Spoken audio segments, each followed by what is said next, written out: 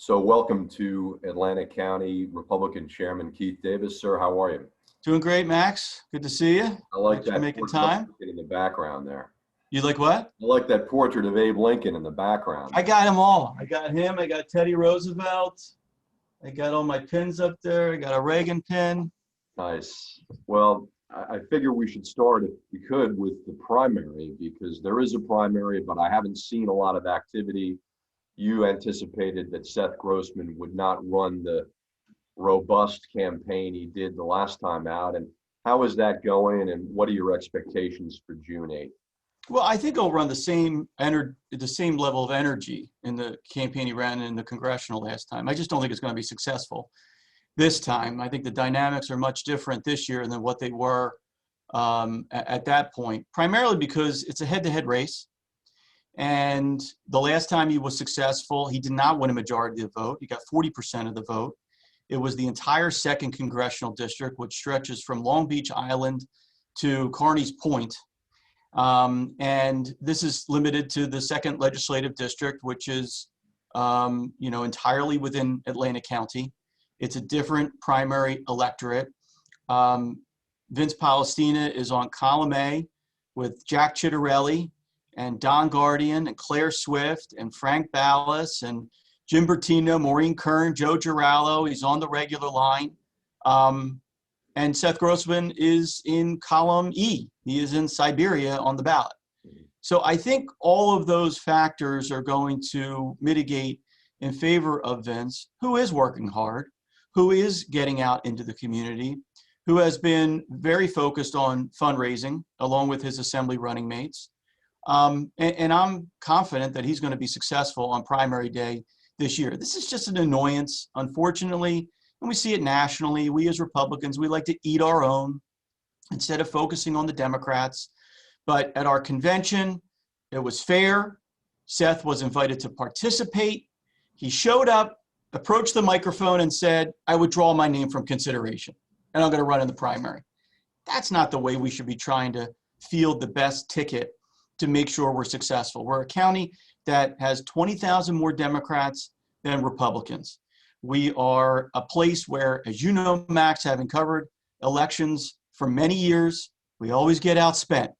And the money always comes pouring in from outside of Atlantic County to boost up the Democrats because nobody likes them here and they can't raise money from the grassroots in Atlantic County. So they got to stick their hand out of Atlantic County to bring in the campaign cash. And that's what they do. But we've still been successful.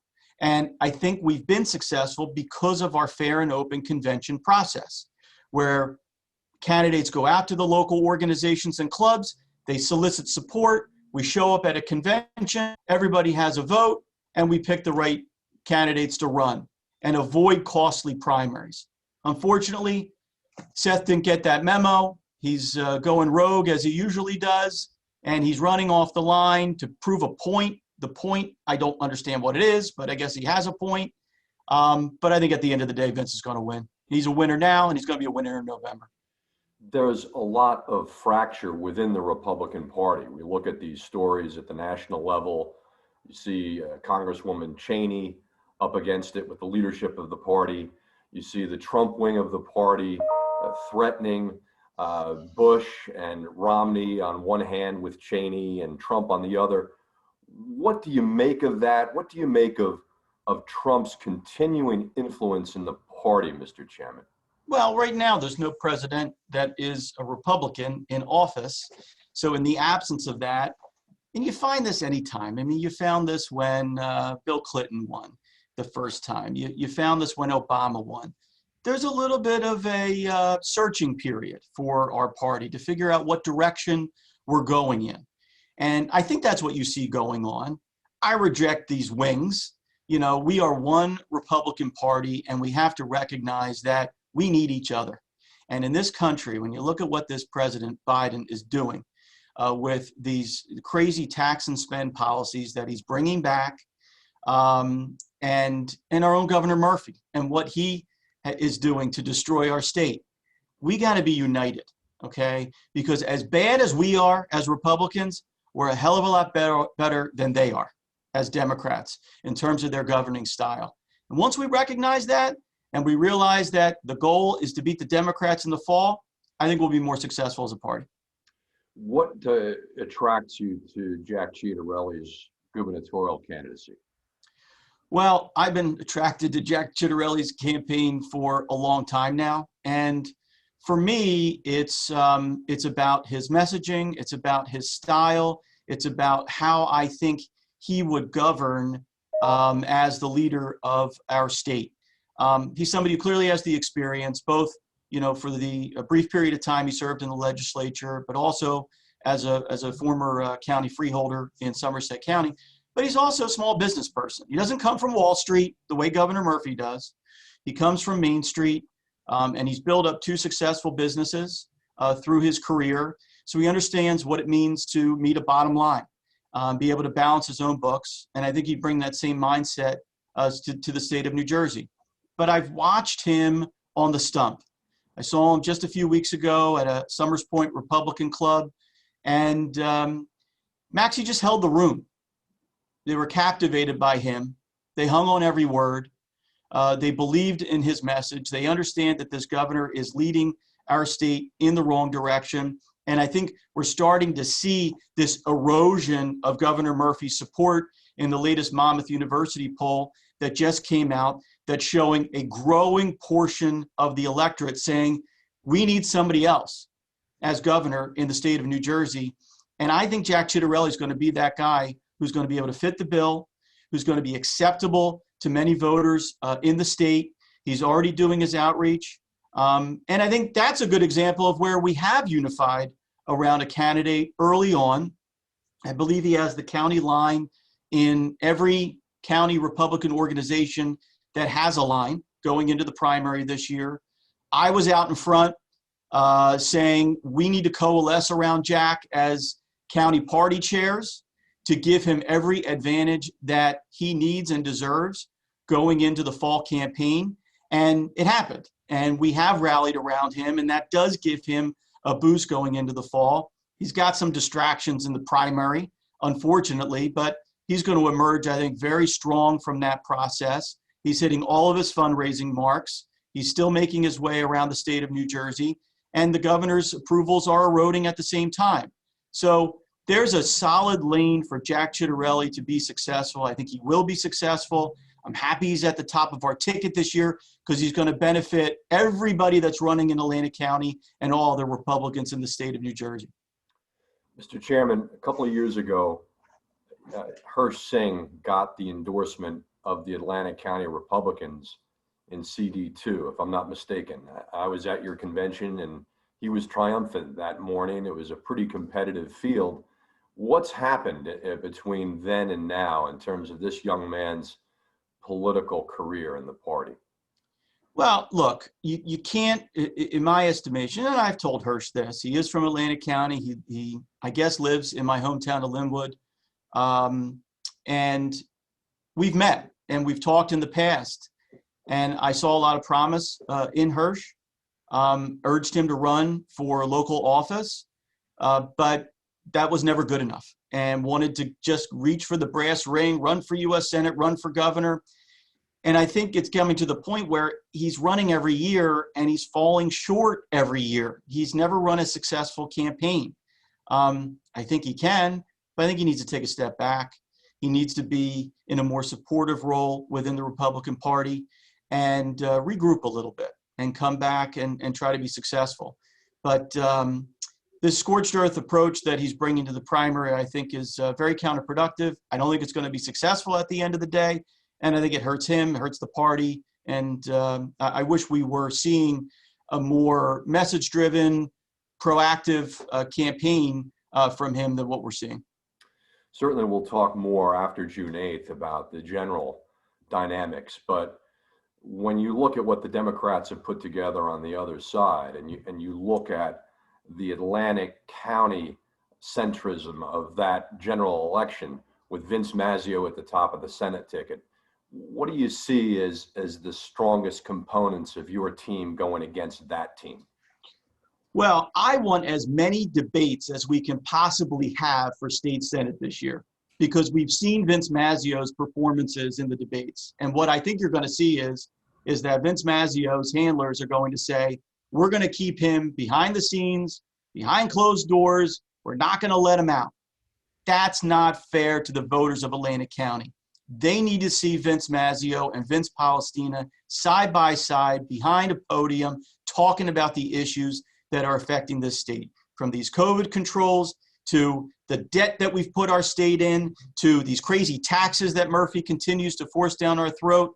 I just heard today that the governor is considering removing the requirement for those receiving unemployment benefits to be actively seeking work. While I see want ads all over the place. There's a Wawa food market in the town just over from where I sit right now that is closing its doors because they can't find people to staff their convenience store. These are the kinds of issues that we need to have an honest and forthright discussion about. And it would be a great disservice to not have multiple debates going into the fall election. So I'm hoping the more, the better, because we need to have a full airing of all of these issues. So I think they made a colossal mistake putting Vince Mazzio at the top of their ticket, because I don't think he has the ability to effectively communicate the message that the Democrats want to convey. And I'm not sure the two assembly candidates are going to help him in that regard either. I mean, they're running somebody in Karen Fitzpatrick for the General Assembly, who has really done nothing to distinguish herself on the Board of Commissioners, and is somebody else who's on, the public dime with working for the Convention and Visitors Authority, getting a nice salary, but having the audacity to put in a voucher to get reimbursed for a cup of coffee from Starbucks, okay, and putting in to be reimbursed for that. That's not public service. That's not the kind of people we want to send to Trenton to represent us in Atlantic County. We want somebody, the old adage is Democrats spend your money like it's your money. Republicans spend your money like it's their money. And that's what we need to reinforce as Republicans going into the campaign this fall. I talked to your rival chair from Atlantic County earlier this week, and he made the argument that Vince Mazzio has been in Trenton as if that unto itself is an asset. When you look at his record, what jumps out at you as being a particularly egregious wrong?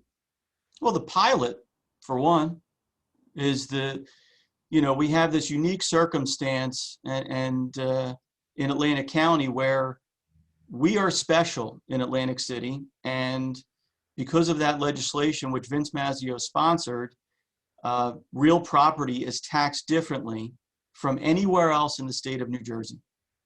And it took our county executive, Dennis Levinson, a lawsuit that he had to sue the state of New Jersey to make sure Atlantic County taxpayers got their fair share because of this disaster that was rushed through Trenton and that Vince Mazzio was the prime sponsor of. Look at North Jersey casinos. Look at that effort. We forget about it now because it was defeated, thankfully, in a statewide referendum, but it was certainly going in the opposite direction. The incumbent Senator Chris Brown, who was in the Assembly at the time, was leading the charge to make sure that the entire region was diametrically opposed to North Jersey casinos because we know the negative impact it would have had in our backyard of Atlantic City, circulated a resolution. Vince Mazzio signed it, and then magically and mysteriously, his name disappears after some whiteout is put on this resolution. It's not leadership. Let's have a senator like Chris Brown, and what I think we're going to see in Senator Palestina, that's going to actually think for himself, that can stand up and articulate a message that's good for our region, that will go up to Trenton and vote for our interests, not the interests of what you're being told to do when you go up to Trenton. And that's what I fear we're going to see more of with respect to Vince Mazzio if he would be elected to the Senate. Mr. Chairman, final question if we could, and I certainly hope we can do this again. I do hope that in the coming weeks, I'll see you in person because I do plan to go down there and I look forward to covering the general. Maybe I'll be down there before June 8th, but when you look at your party now and the fracturing and the recovery process from the last number of years, what do you want people, voters, to remember about the basic principles of your party, so that they really see the best of the party and see the best potential of the party. What is the Republican Party for you? Well, I'll tell you what our brand is as Atlantic County Republicans. And when we talk about our messaging, we talk about this county being the best run county in the state of New Jersey under the leadership of our county executive, Dennis Levinson, and our Republican Board of Commissioners. It's competence. People want to know that their government is being run competently, and that it's not about ideology, and it's not about agendas, but it's about showing up to make sure that the job gets done for the average taxpayer in Atlantic County. And that's what we have to see more of throughout the state of New Jersey. And I think we can do it as a party. I know there's a lot of emphasis and the media focuses on what's going on nationally in the Republican Party. I don't see it here in our state Republican Party. I see a lot of unity. We were all together a few weeks ago in Atlantic City for our annual Republican Summit, and everyone has the singular focus of making sure we defeat Governor Murphy and we elect Jack Ciattarelli as our next governor. As long as we keep our focus on that, as long as we make sure that all of our Republican officials do their job, hold the line on taxes, hold the line on spending. Let's not borrow more than we need to, mortgaging our children and our grandchildren's future. And let's leave this national politics out of New Jersey and just focus on getting our state back on track. So instead of being at the bottom of the list, there was a study that just came out. Where's the best place to open up a small business in the country? Utah's number 1, New Jersey's number 50. As a matter of fact, Atlantic City is one of the worst cities in the nation, okay? And we look at the Democratic leadership there. Is it any wonder? And it's under state monitor right now, okay? As our county executive says, if you're going to have a state monitor looking over Atlantic City, pick Delaware. Don't pick New Jersey. You don't want one of the worst run states in the country to be overseeing Atlantic City. You want a state that's actually competent. That's what we need to do. Let's look at what other states are doing to be more competitive. Let's get more jobs created in the state of New Jersey. Let's generate some more revenue without constantly increasing taxes, but instead do so through economic growth and activity. I think with Jack Ciattarelli and Vince Palestina leading our ticket this year, we're poised to do that. I think it's going to be a great year for Republicans, and I'm looking forward to it. Mr. Chairman, I thank you for your time this morning, sir. I look forward to our next conversation. I hope you have a wonderful weekend. Thanks, Max. Appreciate the time. Thank you, sir. You too. See you, buddy. Bye.